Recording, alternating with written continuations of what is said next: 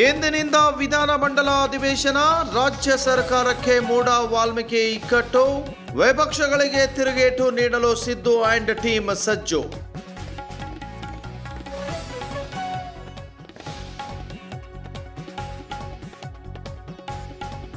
ಮೂಡ ಅಕ್ರಮ ತನಿಖೆಗೆ ನ್ಯಾಯಾಂಗ ಆಯೋಗ, ನ್ಯಾಯಾಧೀಶರ ನೇತೃತ್ವದಲ್ಲಿ ತನಿಖೆ, 6 ತಿಂಗಳಲ್ಲಿ ವರದಿ ಸಲ್ಲಿಸಲು ಆದೇಶ.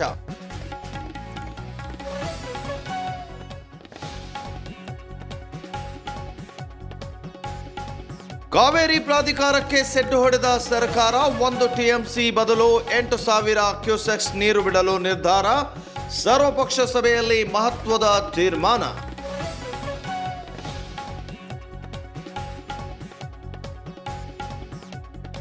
ವಾಲ್ಮೀಕಿ ನಿಗಮ ಅಕ್ರಮ ಪ್ರಕರಣ, ನಾಗೇಂದ್ರ ಸಲ್ಲಿಸಿದ ಅಫಿಡೇವಿಟ್ ಮೂಲಕ ತನಿಖೆಗೆ ಇಡಿ ಮುಂದು. ಏತ ಬಂಧನದ ಭೀತಿಯಿಂದ ಶಾಸಕ ದದ್ದಲ್ ಎಸ್ಕೇಪ್.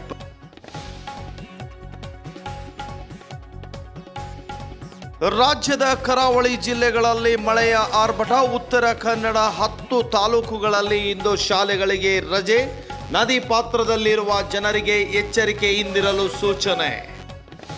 ನೀವು ನೋಡ್ತಾ ಇದ್ದೀರಾ ಸ್ಟಾರ್ ಆಫ್ ಲಕ್ಷ್ಮೇಶ್ವರ ನ್ಯೂಸ್. ನಾನು ಮೆಹಬೂಬ್.